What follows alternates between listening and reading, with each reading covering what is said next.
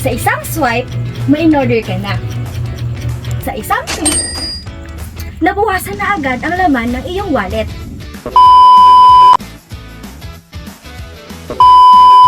Welcome sa digital age, kung saan mabilis gumastos, pero mahirap mag-ipon. Relate ka ba?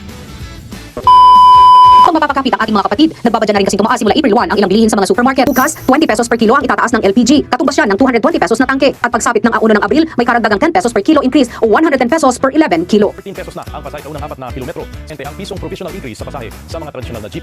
Magiging 4. Sa panahon ngayon, tumataas na ang presyo ng bilihin. Dumadagdag na ang gastusin ng bahay at paaralan. At minsan, isang emergency lang, ubos ang ating mga ipon. Kaya mahalaga ang pag-iimpok. Ang pag-iimpok ay pagtatabi ng pera para sa hinaharap. Lalo na sa mga hindi inaasahang pangyayari, katulad nito.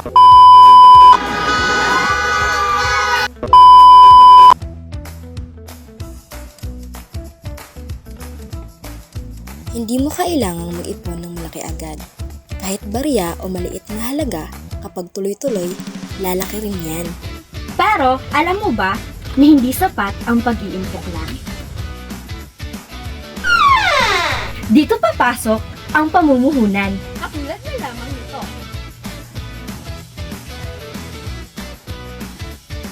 Go! O Mima, 5 piraso na lang! Ano, taray? Kaya check out muna yan!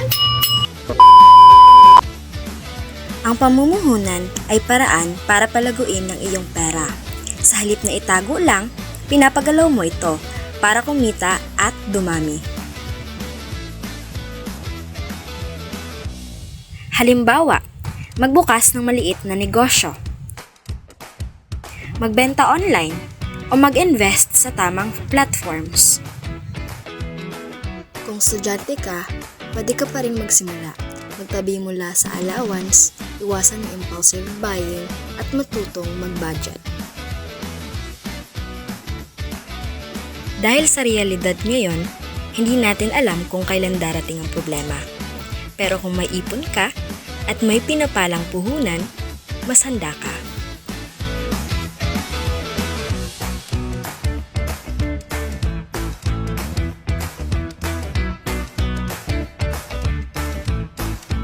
Ang bawat pisong iniipon mo ngayon ay pundasyon ng mas maayos na bukas.